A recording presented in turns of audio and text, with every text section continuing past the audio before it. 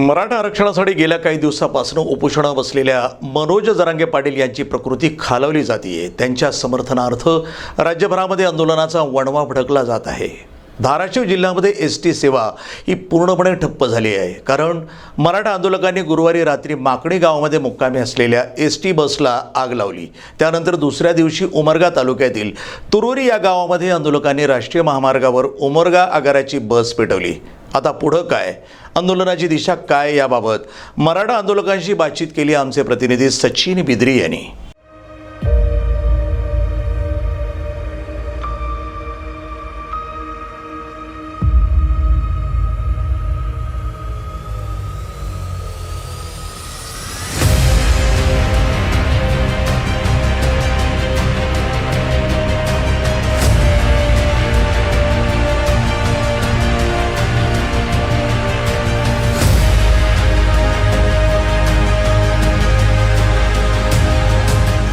लोहारा तालुक्यातील माकणी गावात मुक्कामास असलेली बस गुरुवारी रात्री अज्ञातांनी पेटून दिली। यानंतर उमरगा आगाराची उमरगा लांडवती बस विद्यार्थ्यांना सोडून उमरग्याकडे येत असताना शुक्रवार दिनांक 16 फेब्रुवारी रोजी दुपारी 4:05च्या सुमारास तुरोरी गावाजवळील पुलावर अज्ञात 20 ते 25 व्यक्तींनी बस अडवून चालक, वाहक आणि प्रवाशांना गाडीतून उतरवत बस पेटवली आहे। तर दिनांक 17 फेब्रुवारी रोजी उमरगा एसटी स्टँड परिसरात शांत वातावरण दिसून आले। जोपर्यंत मराठा आंदोलकांचे वातावरण शांत होणार नाही तोपर्यंत एसटी धावणार नाही, अशी माहिती उमरगा आगार प्रमुख प्रसाद कुलकर्णी यांनी एनटीव्हीशी बोलताना दिली आहे।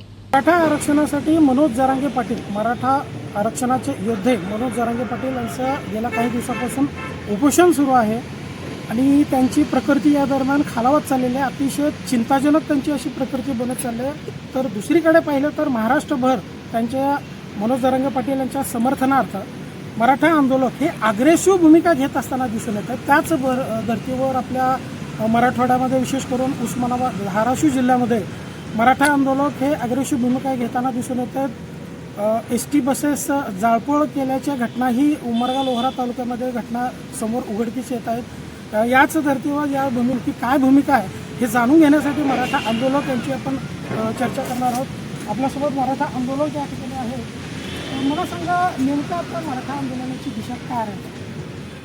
जय जिजाऊ जय शिवराय। मी अण्णासाहेब पवार। सध्या मराठा योद्धा मनोजदादा जरांगे पाटील यांचं आज 8वा दिवस आमरण उपोषणाचा आहे। महाराष्ट्राभर तुम्ही बघितलंय, गेली 7 महिने झालं हा मराठा सर्वात मोठा लोकसंख्या असलेला समाज शांततेच्या भावनेत चाललेला असताना आता जे दादांनी सरकारने जे आदेश दिले होते की आम्ही येत्या 16 तारखेला तुम्हाला मराठा आरक्षणापर्यंत तुम्हाला सगळे सोयऱ्याचा आदेश काढून देऊ, तरी सरकारने ते काही केलेलं नाही। मनोजदादा जरांगे पाटील यांनी उपोषणाला बसलेलं, तरी सरकार आणि शासन त्यांच्याकडे दुर्लक्ष करत आहे आणि त्यांची तब्येत पूर्णपणे खालवली आहे। इतके दिवस आम्ही शांततेत चाललो होतो, पण आता महाराष्ट्रामध्ये उद्रेक व्हायला सुरू झाली।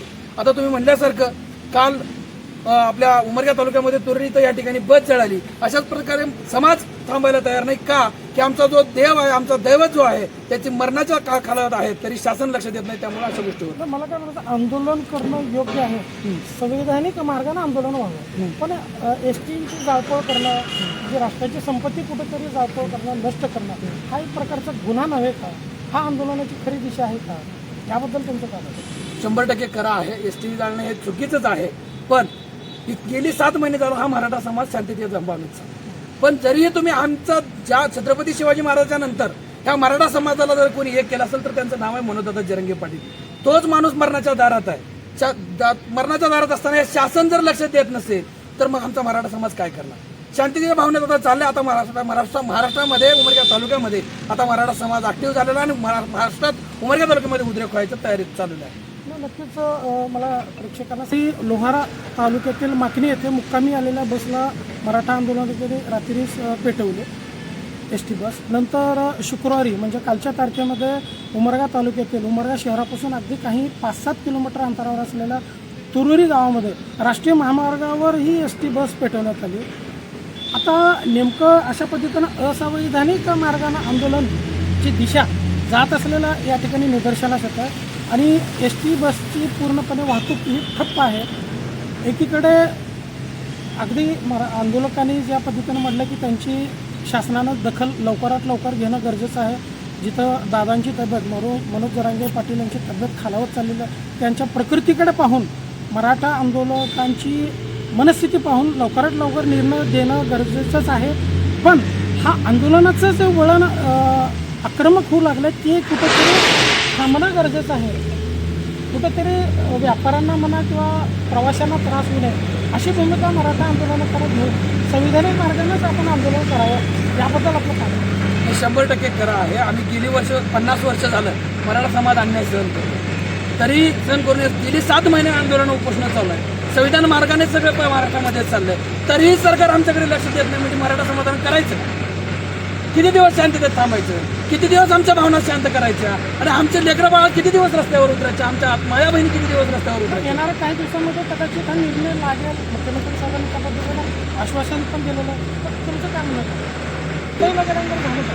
वाशिममध्ये मुख्यमंत्र्यांनी सांगितले की आम्ही तुमच्या सर्व मागण्या मान्य केल्या, तुम्ही GR काढले. पण नियमानं सांगायला गेलं तर GR हा नसतोच.